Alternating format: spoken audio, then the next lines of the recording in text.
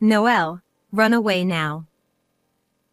Leaving those words, the phone immediately cut off, and no matter how many times I tried calling back, I couldn't get through. My usually calm mother sounded desperate, convincing me that something must be wrong. What happened to Mom?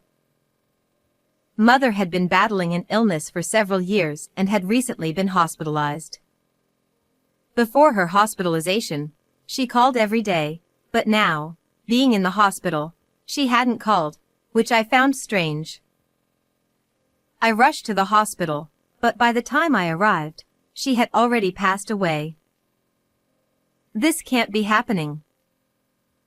Overwhelmed with grief, I couldn't say anything. The hospital where she was admitted was about an hour or two away from my apartment, and I regretted not acting sooner. The meaning of run away now remained a mystery. I thought I would never understand its meaning.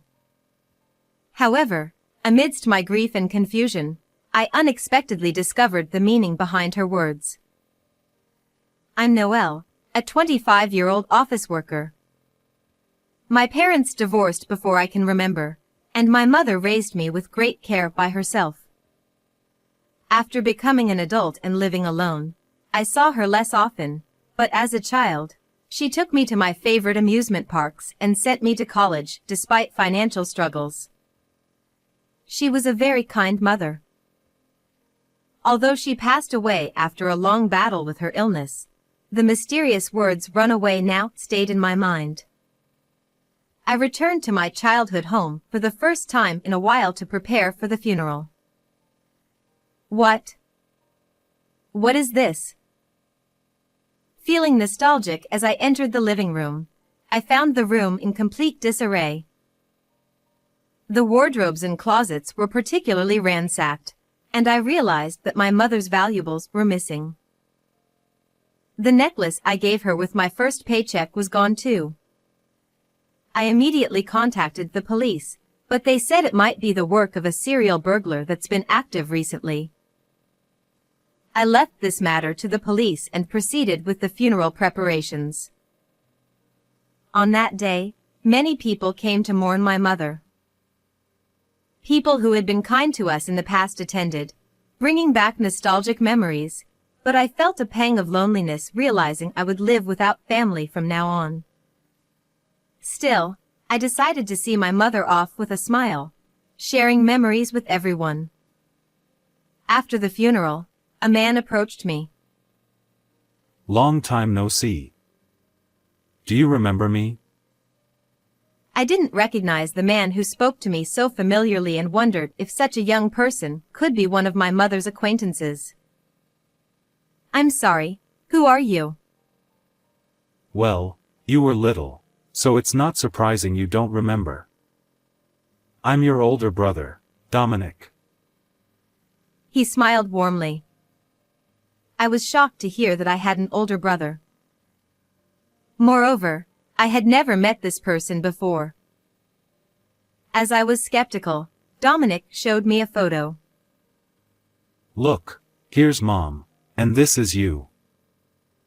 That is definitely my mother when she was younger. The woman was unmistakably my mother, and the child next to her looked just like Dominic. It seemed true that he was my brother, and I was happy to know I had family.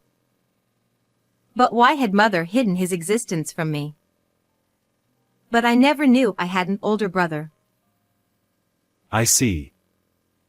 It must have been hard losing Mom. But now I'll be here to support you. With his words, I nodded. Yes.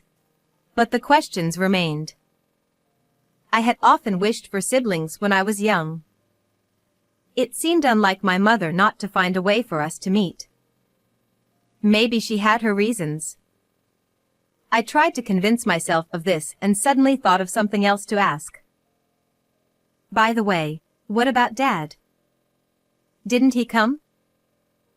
Oh, Dad said he has nothing to do with us anymore and didn't come. I see. I hope I can meet him someday. Dad's a terrible person. He practically abandoned you and Mom. Even though they divorced, it seemed cruel for him not to attend her funeral. Dominic continued to check on me, often inviting me out for meals. During one of these outings, he told me that after the divorce, Dad frequently asked Mom for money, and he was worried that he might come after me next. Dominic seemed very concerned about me, and having a brother felt reassuring. However, I was soon to discover a shocking truth during the process of sorting through my mother's belongings. About a month after the funeral, while finishing up the organization of her belongings, I found a notebook in a dresser. As I flipped through it, I realized it was my mother's diary. It seemed she had written in it daily since before the divorce, and there were 10 volumes in total. Feeling a bit guilty, I opened it. Seeing her neat handwriting brought tears to my eyes. Dominic came to visit. Even though we had agreed never to meet again as per my ex-husband's conditions, I was so happy that I secretly gave him some pocket money. I couldn't help but chuckle. It was endearing to see such interactions that I was unaware of, but the tone gradually changed. Dominic visited again today. But he just said, "Give me money," and left. I began to feel uneasy about my brother's behavior as described by my mother. His actions were increasingly troubling. Today, Dominic threatened me and I gave him money again. Indeed, it was written in my mother's handwriting. What does she mean by threatened?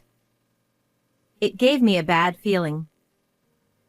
When I refused to give him money, he said hurtful things. Today, he told me, "Your only worth is your money." The trembling handwriting made it seem all too real. Why would my brother say such things? I'm enduring it because it's his rebellious phase. As I read on, trying to understand her perspective, I stumbled upon a horrifying entry. Today, when I refused, he brought a knife from the dining room and threatened me. I was so scared that I gave him the money. I know I shouldn't keep doing this, but what can I do? I couldn't believe what I was reading. I was horrified by my brother's true nature and felt ashamed for not realizing it sooner. The person described in the diary seemed like a different person from the brother who had kindly smiled at me. Even though we live apart, he's still my precious son. I can't go to the police because it might be due to the divorce. Her words squeezed my heart. I understood her feelings, but I couldn't see someone who threatened my beloved mother with a knife as my brother anymore. He said he'd extort money from my sister too. I can't let that happen. It seemed she kept his existence a secret to protect me, but her diary revealed everything. I have to protect her from Dominic before I go. Surely, the phone call that day was meant to warn me about my brother. She must have been afraid he would harm me. Thinking about how he tormented my mother and attended her funeral with a straight face made me furious. Holding my mother's diary, I decided to take revenge on my brother. Why did you call me here so suddenly? I have something to tell you. 3 days later, I invited my brother to the house. Being alone with someone who once used a knife to threaten my mother seemed dangerous, but I had a plan. I know what you did to Mom. When I said that, he widened his eyes slightly in shock, but quickly returned to a composed demeanor. He intended to keep denying it no matter what. What are you talking about? Don't play dumb. You were extorting money from her, threatening her. No, I don't know anything about that. He had no intention of admitting it and continued to play the role of the kind brother. Realizing this wouldn't get anywhere, I decided to perform a little act to get him to confess. Before she died, She told me everything. I pretended not to know to get back at you." Hearing this, his attitude visibly changed. Huh. He sighed, slouched in his chair, and looked at me with annoyance. So, you found out, huh? "Why did you threaten her and even use a knife?" To my question, he responded, and after a mock thoughtful pause, Stress relief? he said with a smile. There wasn't a hint of guilt in his expression, as if he believed he had done nothing wrong. "She never went to the police because she was thinking of you." Of course not. I'm her son. I was just getting pocket money. He said without a shred of remorse. I felt dizzy. I couldn't believe this man was my blood brother. "I'm going to the police." Huh? They won't listen to you without evidence. "I have evidence." Saying this, I pulled out her diary. She wrote everything down in here. I could just tear that up right now. There are many more diaries and pieces of evidence she left. Destroying this one won't help. His face twisted. Realizing he couldn't easily erase the evidence, he began trembling with anger. So, I just have to stop you from going to the police? Shouting, he kicked his chair and started knocking things off the shelves. The room became a mess as vases and cups shattered. Once he had knocked everything over, he ran to the dining area and grabbed a knife, slowly approaching me. If you agree to be my cash cow, I'll let you go. At that moment, the sound of a police siren echoed nearby. He seemed to be very afraid of the police, looking around in panic. When the police entered the house, he was still holding the knife, looking bewildered. Why are the police here now? He shouted in frustration. He seemed shaken by the presence of the officers in the living room. I asked them to come. Huh? He looked at me dumbfounded. I decided to reveal the big part of my act. I asked a colleague from my company to call the police at this time. What? I figured her diary alone might not be enough evidence, so I planned to have the police catch him in the act of threatening me with a knife. It was all a setup. Stop messing around. He shouted, lunging at me, but was immediately subdued by the police. Hey, stop it. Let go of me. He struggled violently, trying to break free, but with 2 officers restraining him, there was no escape. After they handcuffed him, he seemed to realize he had no way out and became quiet. I'm sorry. Forgive me. I was wrong. Desperate to avoid being arrested, he started apologizing to me frantically, his face contorting as if about to cry. No matter how much you apologize, it won't reach her anymore.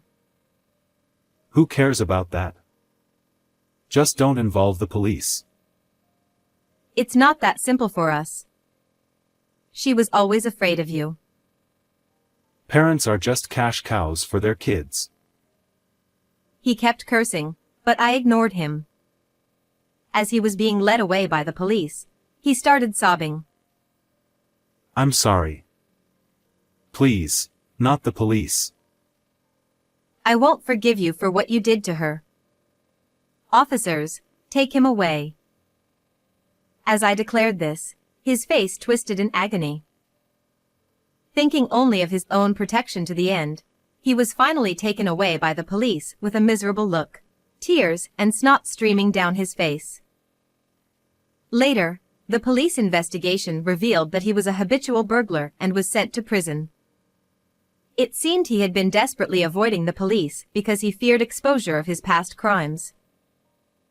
He was also the one who had ransacked the house and pawned the necklace I had given her. Even in prison, he kept causing trouble, extending his sentence repeatedly. Although I lost my dear mother, I am now engaged to the colleague who called the police that day. He is kind and understanding, and I am happy to have met him. I'm sure she is watching over us from heaven. When we visit her grave together, I know she will be happy for us. How did you like this story? Please subscribe to the channel. See you in the next video.